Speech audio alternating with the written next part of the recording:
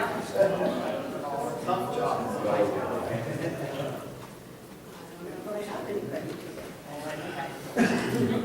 How's mommy doing? Okay.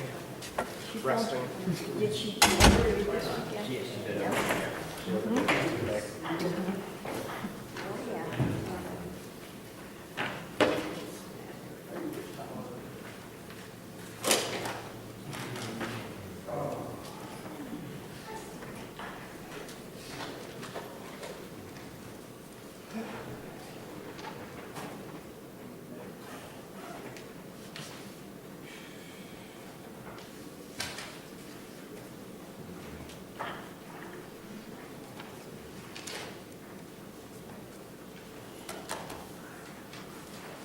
Welcome to everybody this morning. We are missing a few folks today. Fred Chester and Donna White, I believe, if plans went according to schedule. They were going to be taking Nellie Trent and Betty Pescue. The four of them were traveling down to eastern Kentucky this weekend to be with Nellie and Betty's family. So, I was thinking about them yesterday, hoping they weren't having to drive in constant rain, but I don't really remember the name of the town where they're going. Does anybody remember? Is it Piketon? I was going to check the weather to see what it was looking like down there. I don't know why I was interested in that. But, I hate to travel in constant rain, and I was just thinking that I hope they get down there and maybe it's nice weather for a little while. And I don't know when the plans were to come back today or this evening, I think is what the plan was. Jeannie and I visited with Elwood and Alice Jean Stone yesterday, and Elwood was actually pretty alert, all things considered. He was sitting up in a chair, and we even talked him into playing his harmonica for us for a little bit. And I didn't realize, I guess I forgot it, but he used to play the banjo. Guitar. Guitar. And guitar, both banjo and Banjo and guitar. So we had a real enjoyable visit, and I think it did them a lot of good. But Jeannie asked last night late, she said, what was your highlight of the day? And I said, well, seeing the Stones for sure. So if you have not gone to see them, I'm not wanting a flood of people one after another to wear them out. But if you have not gone to see them, you need to go. Earlier this week, we got a call from Alice Jean, and she thought that Elwood was going. He had fallen asleep, and they could not get him awake. And she panicked, I think, about it. She called the two daughters and called Jeannie and I, and it turned out that it was not, I mean, you never know. How old is Elwood now? Does anyone know? 94. 94? I didn't think he was that old. But anyway, it could be any second. You never know. But he seemed, he'd been going through some therapy this week, and at least while we were there, he seemed okay. So I'm telling you that if you want to talk to Elwood before he departs this world, you probably ought to think about getting over there before too long. Now, have I sufficiently guilted you to make make plans to go? I'm not trying to do that. The blessing will be yours. And it's a simple little drive. If you get on Highland Avenue, right by the hot dog shop off of Main Street in Warren, it's, I think, almost 10 miles up and down hills. I don't think there's a traffic light in the bunch. And you'll go through Lordstown, and then you'll come to some the holy shrine to our dear mother or whatever. And it's he said it looks like the Tower of Babel, but it's got a statue of Mary on the top of it. And then right beside that is Anthony Village, and it's a beautiful place. And you can, they'll take you right to Elwood and Alice Jean's room. They've got a really nice seating area where you can sit down and talk to them. So if you haven't, give them a call, and you don't even have to give them a call. I mean, they're pretty much captive audience. They may have some doctor's appointments or something that you should check on. But when Fishers were here, we just gave them the address and they just surprised them. And they were just delighted to see the Fishers and vice versa. Roseanne? I think Alice Jean said they have therapy in the morning on Tuesday and Thursday. Okay, that might be helpful. I mean, it would be good to call first. All right, let's get into our lesson here. Also, any other announcements before we begin? Sorry to take so long. Olivia made it to Washington, Elizabeth is flying home this morning. Great, so their road trip was this past Oh, week? they went everywhere, did everything. They took the dog hiking with them, and Olivia put boots on him, so her feet wouldn't get burnt. So the feet wouldn't get burnt? How long was their whole trip? 2 weeks. 2 weeks. I didn't realize they were already involved in it. Well, that's great. They took a 2-week sister road trip from Texas up to Seattle, where Libby will now be for a while. So that's great. Let's bow in prayer. Father, thank you for a good night's rest, and thank you for another week, a day, a week that begins with us gathering with ones we love and ones who help us to walk in the light. And we thank you so much for our brothers and sisters, and we're mindful of all of those that are traveling, and also, Father, those like Elwood and Alice Jean, please be with them. We love them so much, and they've been faithful to you, and help us all to keep looking to you and look to each other for strength. Through Christ we pray. Amen. Let's turn to Deuteronomy chapter 6. I don't want to just feel like I'm trying to kill time with this lesson. It's a really, this whole concept is wonderful. Really, the whole design of the class is to get us together. I'm not just thinking about Chris and Charlie or Nick and Haley on this topic of home building, because we all have some work to do. And some of you could say, no, I'm done with mine. No, you're not. You know, if you're a grandparent, you're still giving advice.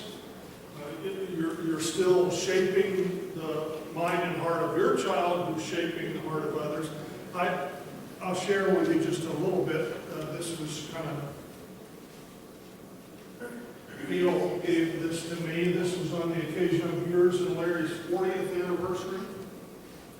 So the two boys, Dennis and Darren, must have thought Mom and Dad are probably close to dying, so we better write them a letter or something. Yeah. No, it starts out by saying, sorry we couldn't afford to send you anywhere exotic, but instead we're going to write a nice letter to you.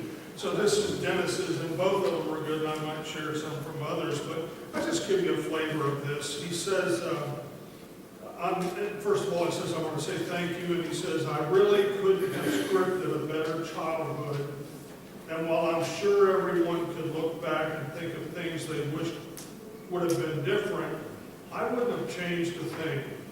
Now, having lived life as an adult for a while, I can see just how good we had it. We never saw you two fight or argue in front of us. That's pretty remarkable, Gail. Especially knowing Java. Actually, Java's pretty easy going. It might be you that we would be surprised if they didn't see you lose your temper. Can the grandkids say that? No. This is romanticized. You know, it's 40 years later, so everything gets viewed through the lens of how wonderful it all was. I'm not meaning to discredit it. Please don't tell Dennis I said that. But he said, we never saw you two fight or argue in front of us.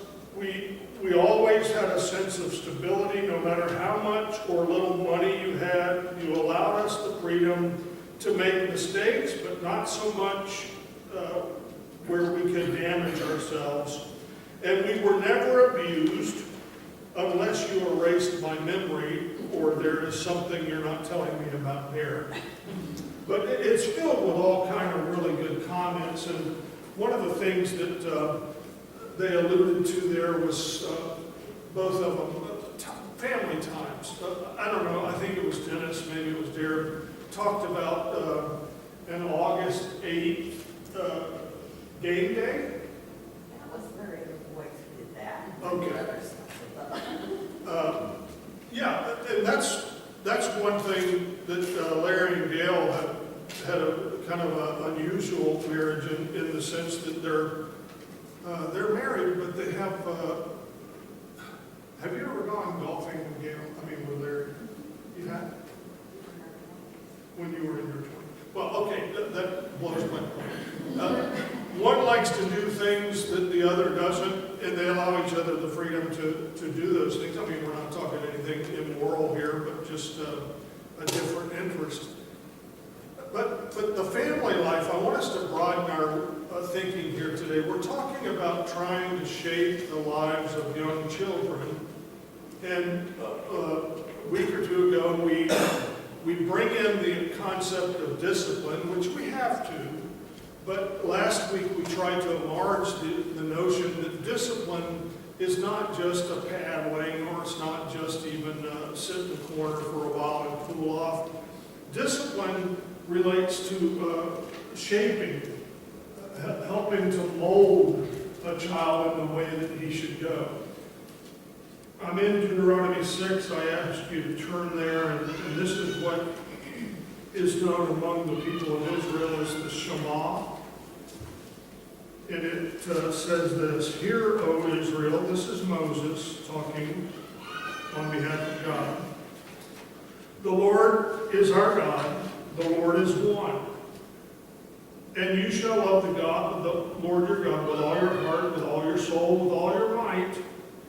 And then listen to the emphasis here on the family.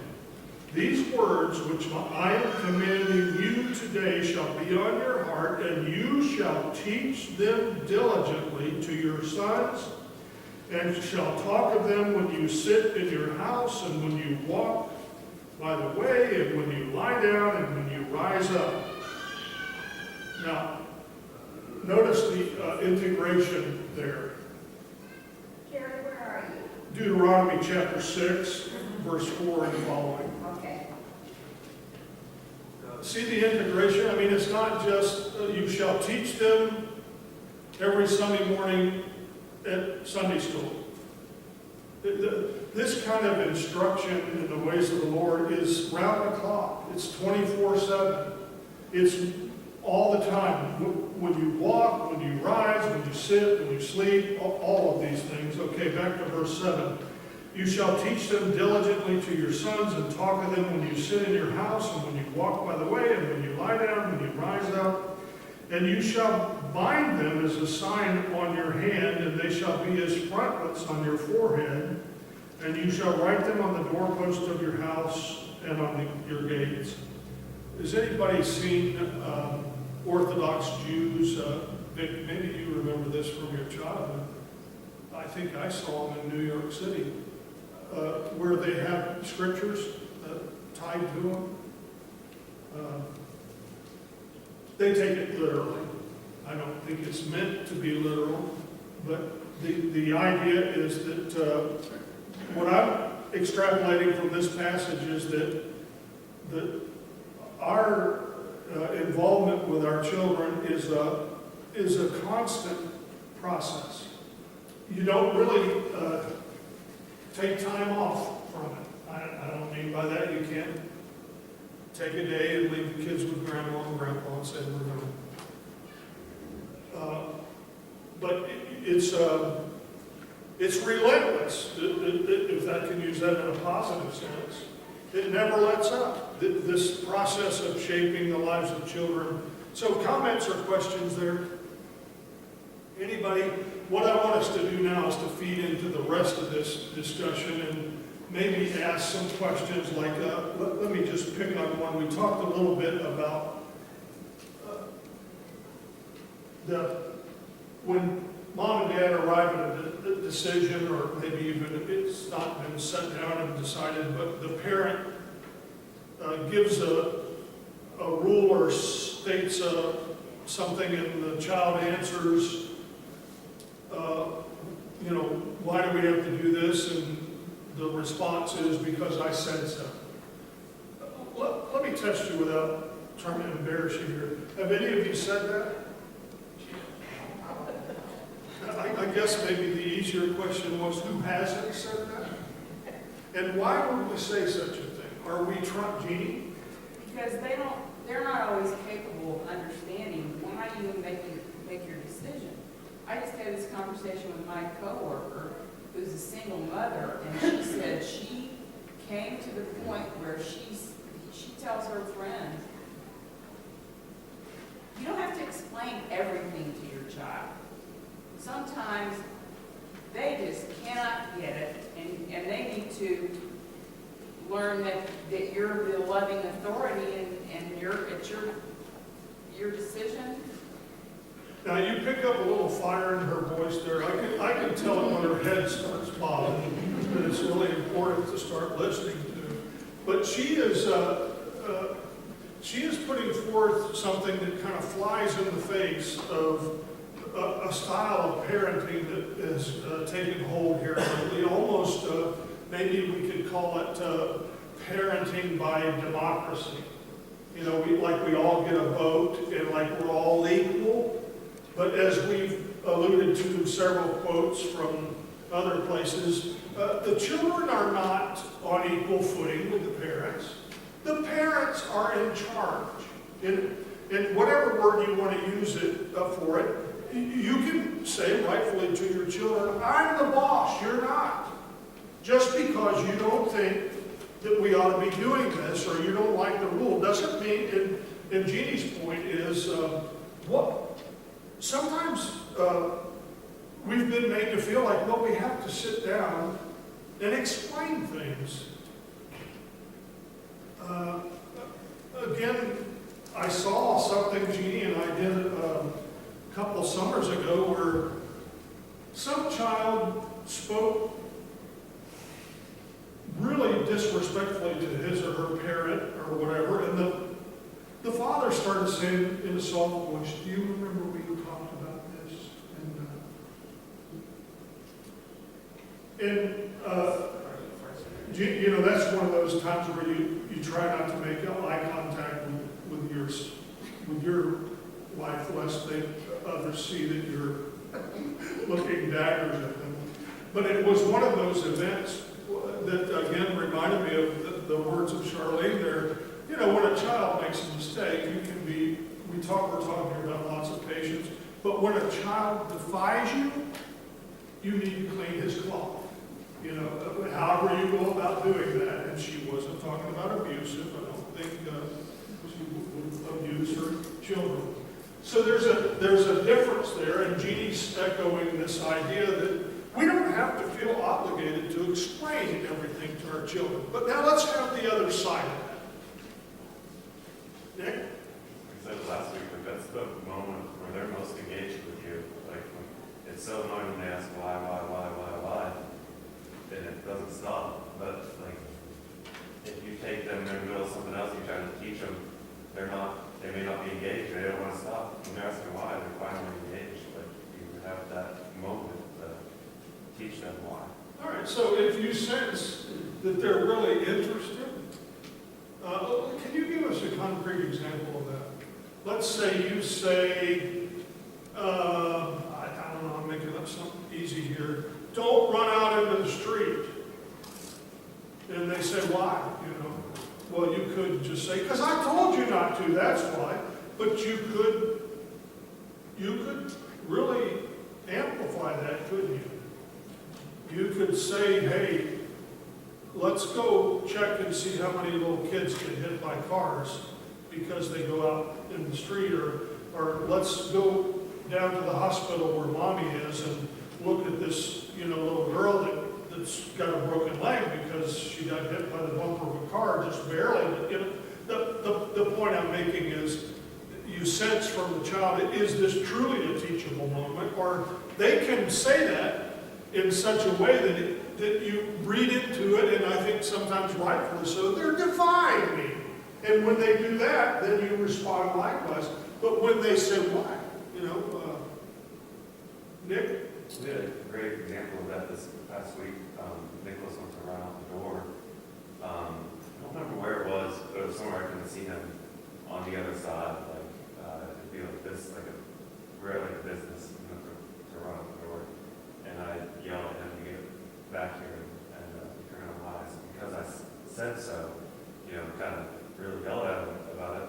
So he comes back, but then when it was appropriate, then we went over the law.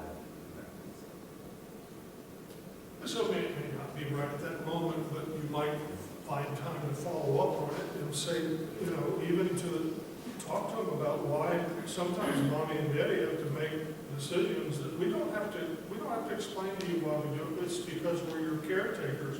We love you. We're looking out for you. And you need to trust us. Well, there's other things. We talked about that one a little bit more, but let's talk about this one.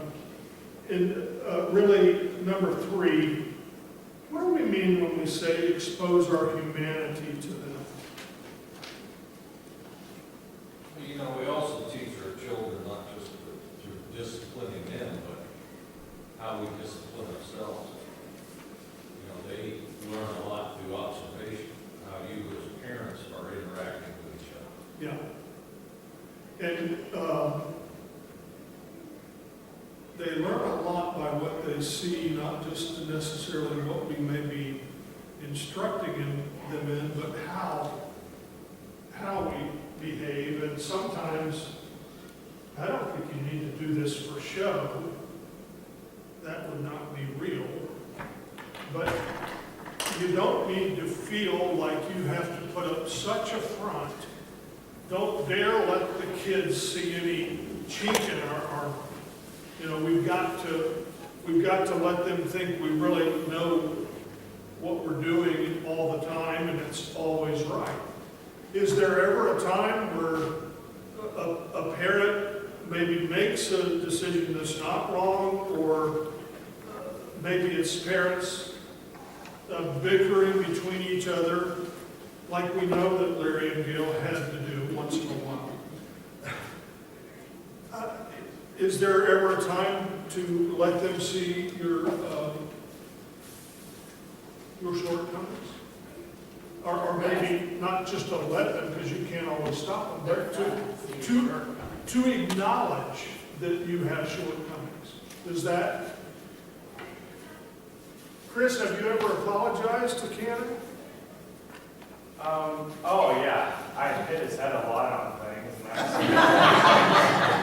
Is this by design or just accidental? Never does the same when I try to clean up the track. Are you replicating what was done to you and your child? Yeah, That's what it is. trying to callous the head. So, yeah, there are times. Haley, Nick, Charlie, any other examples on that? We're picking on y'all because you got the little ones now, but and by the way, we again love y'all being here with it's great hearing your kids out of control back there. I think Casey is tied up. So is there,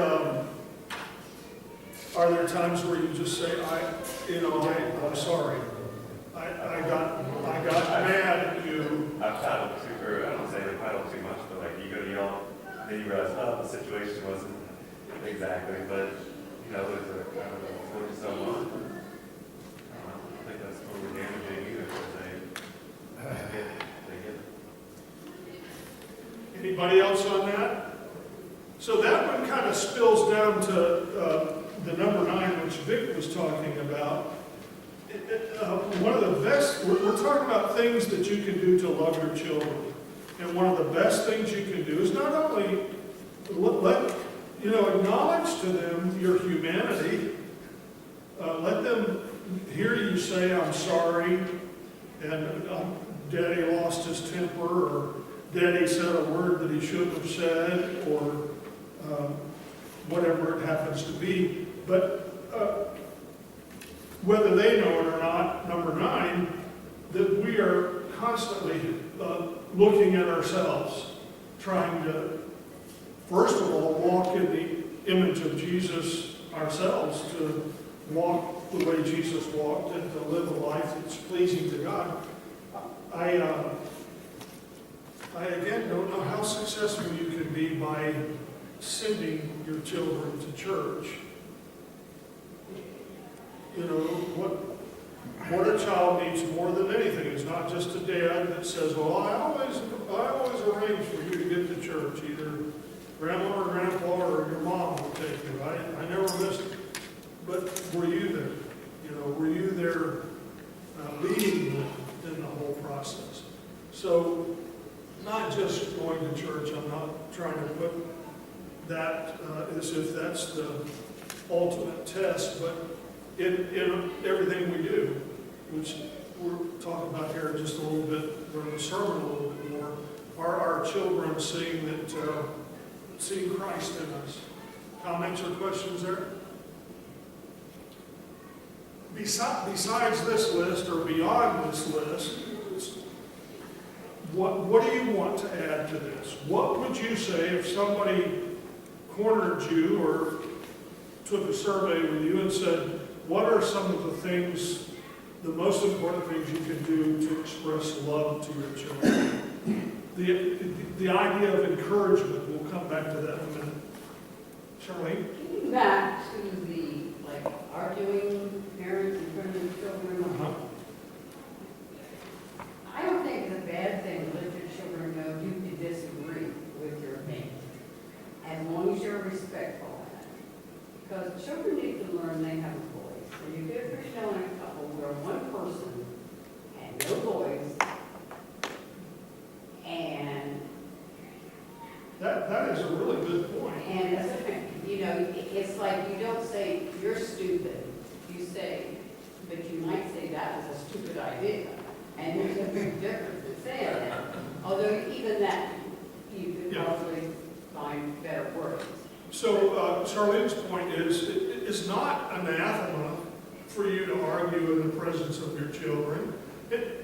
She's not promoting that you do that on a regular basis, but the point she's making is, well, I don't know if she's even making this point, but I want to make the point that children, some of the best ways that you can teach conflict resolution, and they're going to have that. You know, one day they're going to go off to kindergarten, and,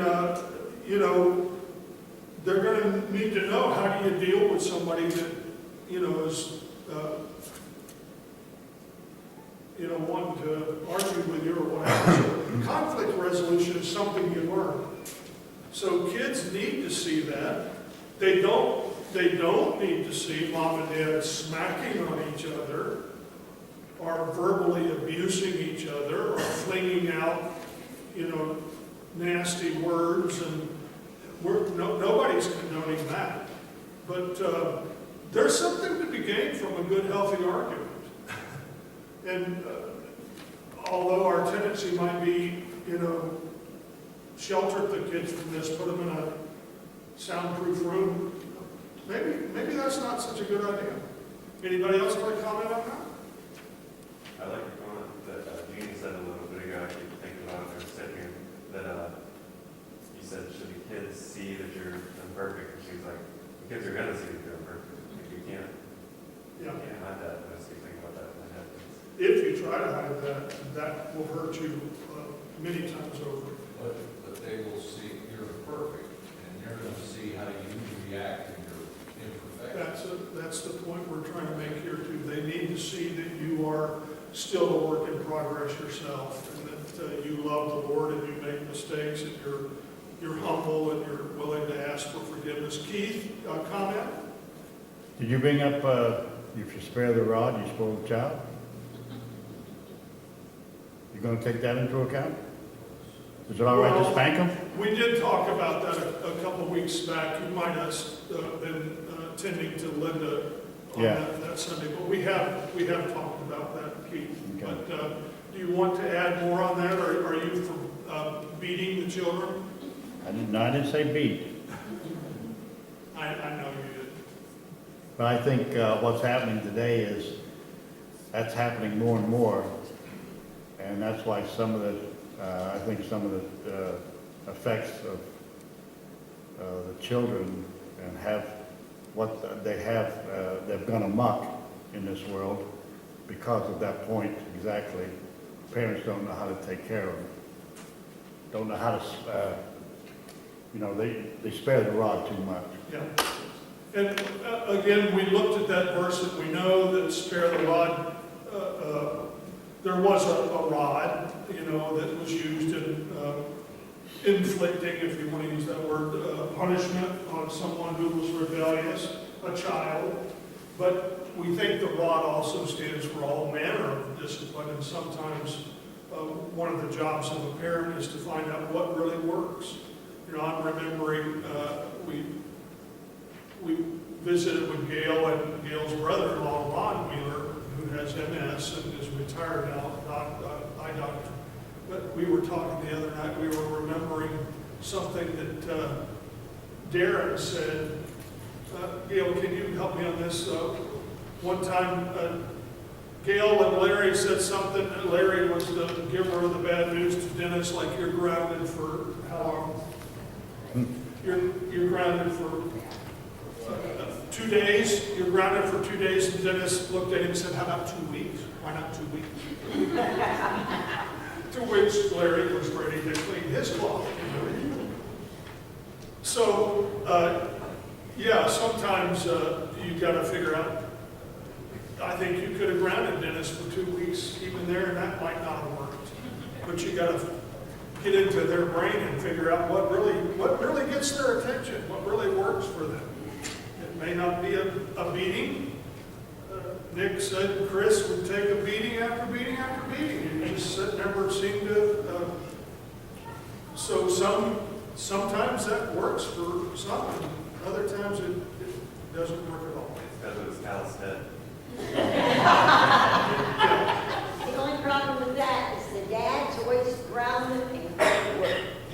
And then the mom's stuck home.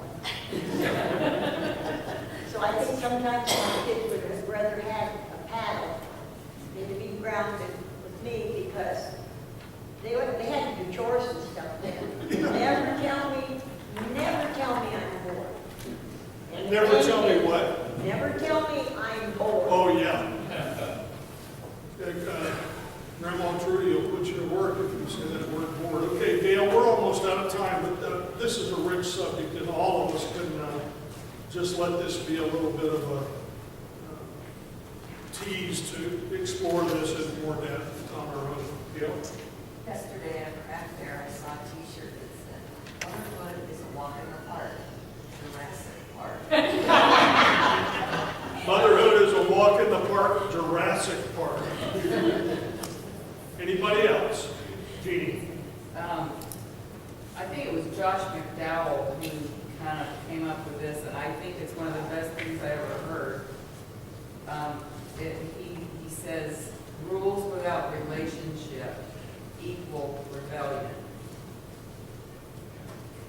Yeah, you have shared that with me, and I don't think it was Josh McDowell, but I can't think of who it was at this Well, it's time. been repeated many times. Okay. I heard it attributed to him the other day by Kevin Lehman. So, yeah, so say it again, rules without relationships. Without relationship equals rebellion. So sometimes we can have all these rules and regulations, but what really enriches those is a mom and a dad who really have taken time to spend with us, even as we talked about here. One of the best things you can do for a child is to enjoy them, to really take time to do fun things together. That really is what makes the parents so credible for the child, and the child falls in love with the parent and is willing to entrust his life to the parent because he knows that parent really, really loves him. Anybody want to comment on that or anything else before we're wrapping? Okay, thank